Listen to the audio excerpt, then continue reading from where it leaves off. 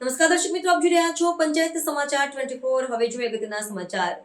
ઘુગસ ગામની અંતિમ યાત્રાનો વાયરલ વિડિયો બાબતે કોંગ્રેસે પદયાત્રા કરી મેદાન। ફતેપુરા કોંગ્રેસ સમિતિ કાર્યકારી પ્રમુખ સુભાષભાઈ પાટીલના નેતૃત્વમાં કોંગ્રેસ દ્વારા પદયાત્રા કરી ગ્રામ પંચાયત તલાટી કમ મંત્રીને આવેદનપત્ર આપી રજૂઆત કરી। સુભાષભાઈ પારગીએ જણાવ્યું કે ઘુગસ ગ્રામ પંચાયતના હોળીફળિયામાં મૃત્યુ પામેલા વ્યક્તિની અંતિમ યાત્રા સ્મશાન સુધી લઈ જવા માટે રોડ રસ્તા નાળાના અભાવે કાદવ કીચડ ઝાડી ઝાકરા વચ્ચેથી પસાર થવા મજબૂર બન્યા હતા। ગ્રામ પંચાયતના ઘુગસમાં રોડ રસ્તા નાળાના વિકાસના કામો 1 મહિના બાદ વરસાદ સિઝન પૂર્ણ થતાં તાત્કાલિક પૂર્ણ કરવા રજૂઆત કરાઈ। તલાટી કમ મંત્રી તથા સરપંચ શ્રી ઉપસ્થિત રહ્યા। ચોમાસા બાદ કામ પૂર્ણ કરવા બાંહેધરી અપાઈ। જયેશ સંકાડાએ જણાવ્યું કે આવનાર 1 મહિના બાદ ફતેપુરા તાલુકા કોંગ્રેસ સમિતિ ગ્રામજનો સાથે તમારી ગ્રામ પંચાયત કચેરી બહાર ધરણા પ્રદર્શન કરશે। આજના કાર્યક્રમમાં સંજેલી તાલુકા પ્રમુખ દિનેશભાઈ તાવિયાડ, રમણભાઈ પારગી, અલ્કેશભાઈ પારગી, અશ્વિનભાઈ બારિયા, ચેતનભાઈ નારસિંહભાઈ પારગી, નરેશભાઈ પારગી, મહેશભાઈ પારગી ઉપસ્થિત રહ્યા। આજરોજ ઘુગસ ગ્રામ પંચાયતના પ્રાથમિક આરોગ્ય કેન્દ્ર ખાતે જનતા દ્વારા અમને જે ફરિયાદ મળી હતી એ ફરિયાદ માટે અમે તપાસ કરવા આવતા આજે અમે અહીંયા મુલાકાત લેતા અહીંયા મેડિકલ ઓફિસર જ હાજર નથી।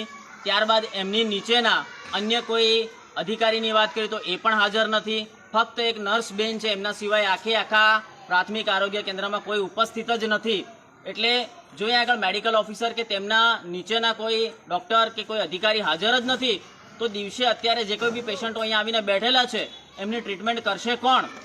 અહીંયા કોઈ હાજર ઉપસ્થિત જ નથી। ત્યારબાદ અમને જાણવા મળ્યું છે કે જો કોઈ બી પ્રસૂતાઓને ડિલિવરી માટે અહીંયા લઈને આવવામાં આવે છે તો અહીંયા કોઈ પણ પ્રકારની ડિલિવરી કરાવવામાં આવતી નથી અને એમને ફતેપુરા સુધી લાંબા કરવામાં આવે છે।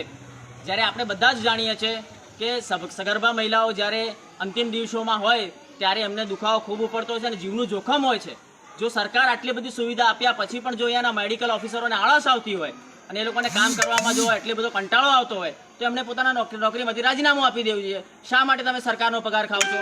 ગામની જનતા જ્યારે રજૂઆત કરે છે કે અહીંયા આગળ સરકારી દવાખાનું છે, આટલી સુવિધા છતાં બી અહીંયા આગળ કેમ ટ્રીટમેન્ટ નથી થતી? એટલે આજે અમે મુલાકાત લેતા અહીંયા બિલકુલ લાલિયાવાડી જાણવા મળેલી છે। એટલે આજે તો અમે રજૂઆત કરીએ છીએ અને આજે મેડિકલ ઓફિસર બેન જે આજે ટ્રેનિંગમાં છે એવું કહે છે, અમે તાલુકા કક્ષાએ અને જિલ્લા કક્ષાએ બી તપાસ કરીશું કે ખરેખર આ બેન ટ્રેનિંગમાં છે કે કેમ, અને જો આજના દિવસે જો આ બેન ટ્રેનિંગમાં નહીં નીકળ્યા તો એમની વિરુદ્ધ કાયદેસરની કાર્યવાહી કરવી પડે એવી પણ અમે માંગ કરીશું અને આવનારા સમયમાં 24 કલાક કોઈક ને કોઈક અહીંયા હાજર રહે એની માટેની અમે માંગણી કરીશું।